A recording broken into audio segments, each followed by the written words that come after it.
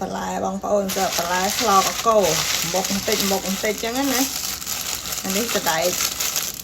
កហៅឡើងតើលាយស្លកកូរក៏ឆ្ងាញ់ដែរបងប្អូនណាធ្លាប់ដែរអានេះសាឡាត់គេហៅសាឡាត់ទឹកណាសាឡាត់ទឹកឲ្យយើងយកមកញ៉ាំជាមួយប៊ឺឆាមួយប៊ឺអីណាហើយសារ៉ារីនេះនៅសល់ត្រួយខាងក្នុងនេះខ្ញុំបកកែវញ៉ាំថ្ងៃមុនអស់ហើយឥឡូវយកត្រួយហ្នឹងយកមកស្លកកូរឆ្ងាញ់វាខ្ចីមានម្រះមួយហើយអានេះល្ហុងអានេះទ្របស្វាយខ្ញុំទិញ2អាទិត្យចូល3អាទិត្យឯដែរបងប្អូនអានេះល្អអានេះដុះផ្សិតនេះអានេះត្រូវចោលហើយនឹងមានលាយសបកអាឡឹកបងប្អូនខ្ញុំឃើញអាសាច់វានេះក្រាស់ហ៎ដាក់លាយទៅញ៉ាំទៅប្រហែលដូចល្ហុងចឹងឯងមកទៅខ្ញុំធ្លាប់តែជ្រក់ធ្លាប់ធ្វើជ្រក់ស្អីជ្រក់អាហ្នឹងណាអាឡឹកហ្នឹងណាអើយនិយាយភ្លេចហ៎បងប្អូនអានេះស្លឹកផ្អែមតបេះក្រោយផ្ទះមិញហ្នឹងណាឥឡូវប្រមូលមកចូលគ្នាស្លបានមកកូនឆ្នាំងអានេះលឹកក្រូចក្រោយផ្ទះខ្ញុំកាច់មកអញ្ចឹងបងប្អូនដើម្បីវាលាស់មែកមកស្លឹកវាធំគឺអានេះវាមែកចាស់ស្លឹកទូចទេខ្ញុំកាច់ឲ្យមែកចាស់ចោលវាលាស់មែកថ្មីមកហើយស្លមួយត្រីបងប្អូនកកោចង់រលាយសាច់ជ្រូកច្រាមដែរប៉ុន្តែខ្លាចសាច់ច្រើនពេកអត់មានអ្នកញ៉ាំតែ2នាក់កូនចៅអត់ចេះញ៉ាំតែបើវាញ៉ាំក៏ញ៉ាំតែទឹកដែរអញ្ចឹងទៅសាច់ច្រើនពេកយើងកាយញ៉ាំអត់អស់ចាក់ចោលស្ដាយដាក់តែត្រីទៅបានហើយ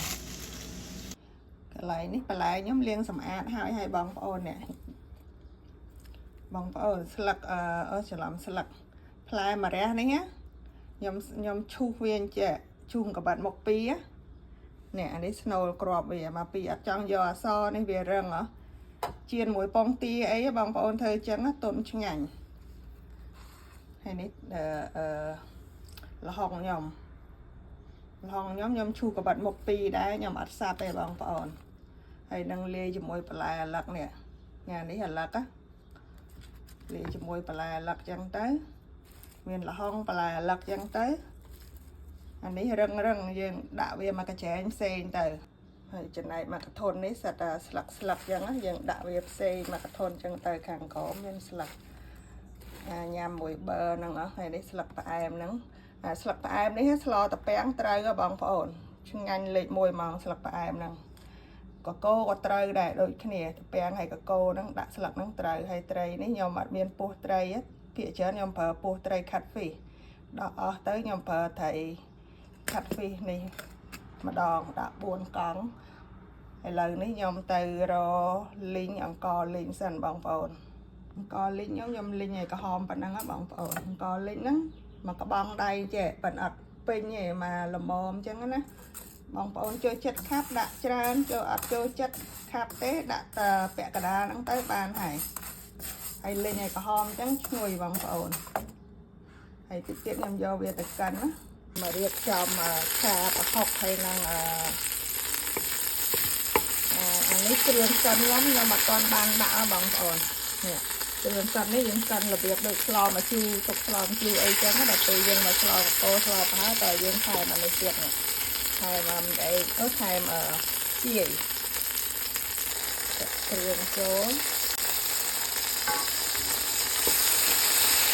ដាក់ទឹកចូលបន្តិចដើម្បីស្រួលយើងដាក់ត្រីចូលបងប្អូនត្រីនឹងមិនតិចសិនទៅបានបងបន្លែណារឹងយើងបងមុនអញ្ចឹងណាឥឡូវនេះខ្ញុំដាក់បន្លែរឹងចូលបងប្អូនស្លដាក់បន្លែច្រើនអញ្ចឹងខ្ញុំចូលចិត្តស្លនៅផ្ទះខ្ញុំរៀងធំហើយស្រួលយើងកូរបន្លែវាអត់ពិបាកណែនពេកដាក់នៅឆ្នាំងណែនពេកពិបាកកូរឥឡូវនេះខ្ញុំដាក់ចុះសិនខ្ញុំកូរបន្លែសិនបងប្អូនកូរដៃ2បានឆាបន្លែរឹងត្រោមហើយឥឡូវខ្ញុំចាក់ទឹកចូលខ្ញុំមកដាក់គ្រឿងក្រៅសិនបងប្អូននេះទឹកត្រីស្ករសម្សៅស៊ុបមាន់ខ្ញុំដាក់2ស្លាបបាយកំប៉ុង